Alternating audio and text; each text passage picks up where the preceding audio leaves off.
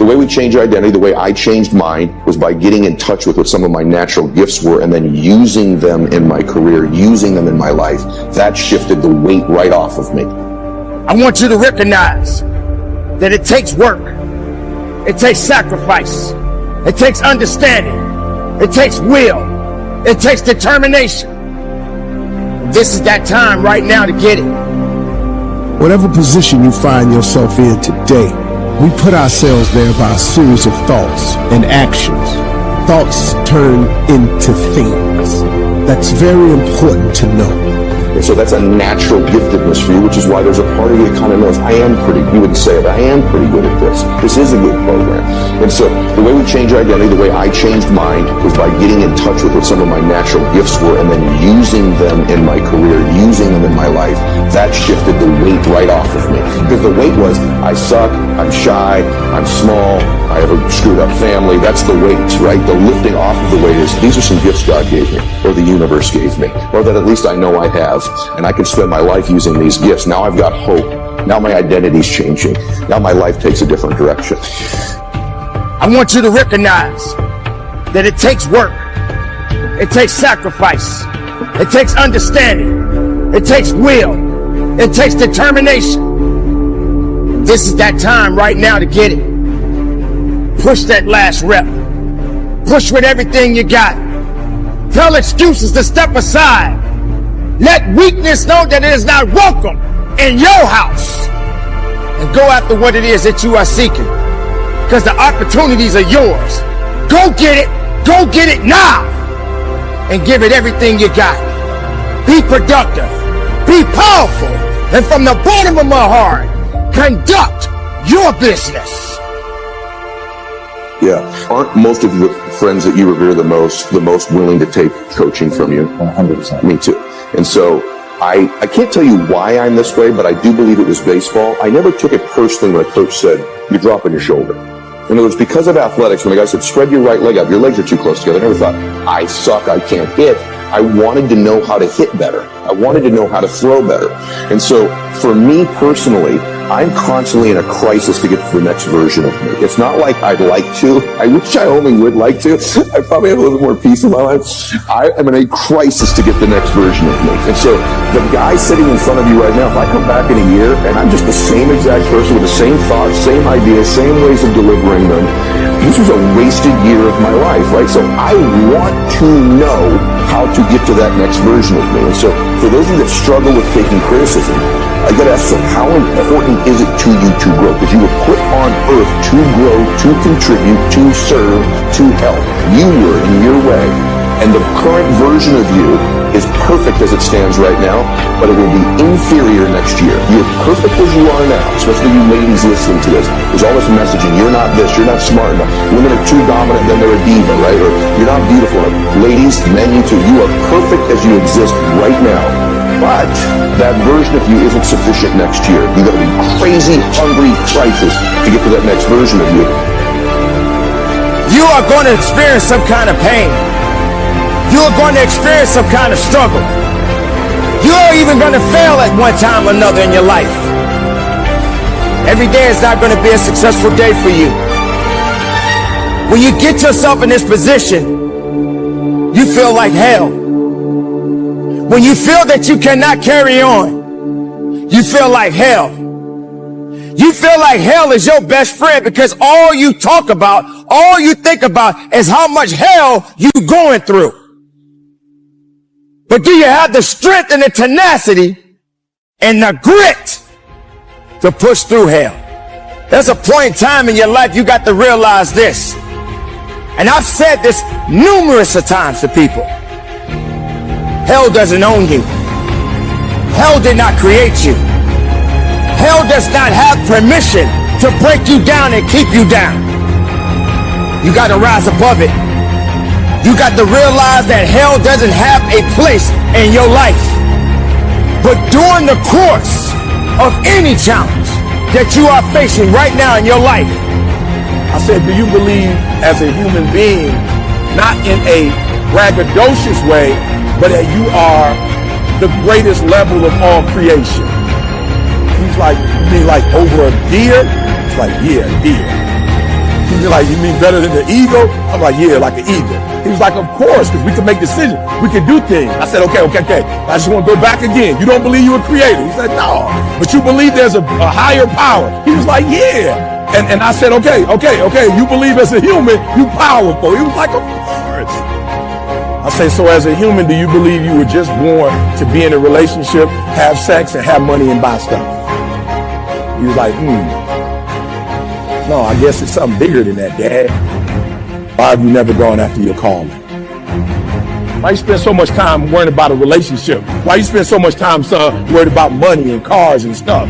If you really believe what you just told me, that as a human is something greater than that, then why aren't you on that? He's like, I don't know. I said, because here's the trick, son. If you get this and that, you still might not get you.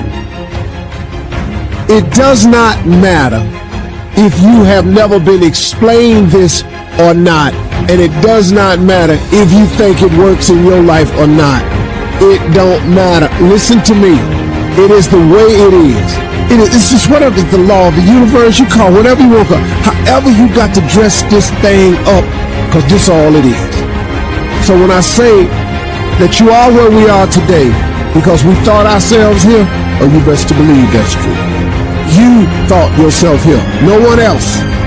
See, let me explain something. I got people around me who so badly want to take credit for it. Every man in this room, you blew your 20s. You spend all your 30s trying to make up for your 20s. Yeah, that's the truth. Dog, every dude in this room blew their 20s and at 30 trying to fix what they should have did in their 20s. Yeah. And so forth and so on. You turn 40, you're trying to recover from the mistakes you made when you're 30. Now at 40, man, it's time you start. Hell will show up. But hell doesn't have to break you. Hell doesn't have to put you in a position where you don't feel you have nothing else left to give of yourself. You have got to recognize the power.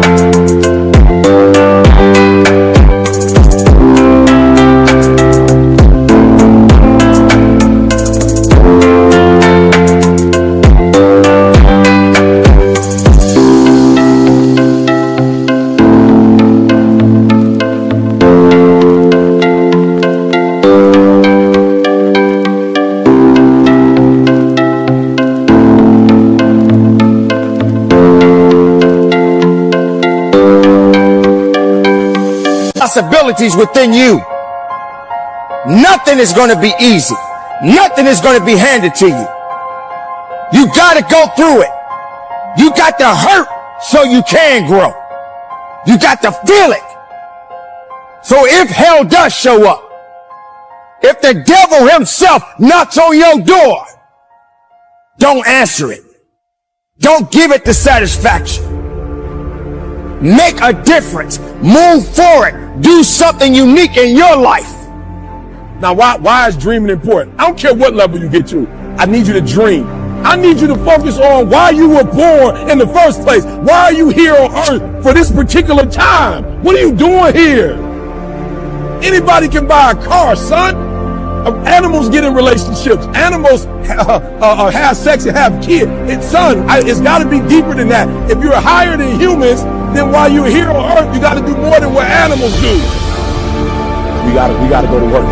You got to go to work, because if I can get you to identify how much energy you put in others and in other people's dreams, and I can get you to pull back, and I can get you to do what you were born to do, what you were created to do. Whew. Now, why is dreaming important? I don't care what level you get to. I need you to dream, right? I need you to, guys, I need you to spend a considerable amount of time dreaming every single day. Let me tell you why. I've noticed that the people who dream and those people who dream big have a different kind of life than the people who don't dream. Whatever position you find yourself in today, we put ourselves there by a series of thoughts and actions. Thoughts turn into things. That's very important to know. So let's look at both sides of it. For people who think negative thoughts, it turns into negative things. And the direct opposite is true for those who think positive thoughts. It turns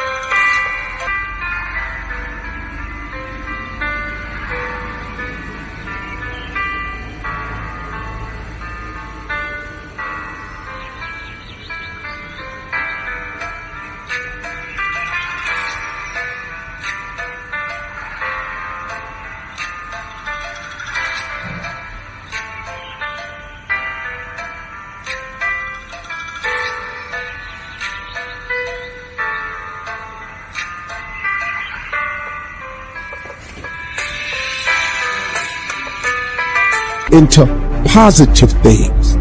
That's the deal. It's as simple as that, folks. Thoughts become things. So the one glaring question for all of us always is, on a daily basis, what are you thinking? What are your thoughts? What are you thinking? What are your thoughts? Because this is a fact of life. This is biblical. This is spiritual. This is written. This is philosophical. This is the law of the universe. This is just the way it is. Now, and here the cold part, folks. It don't matter if you believe me or not.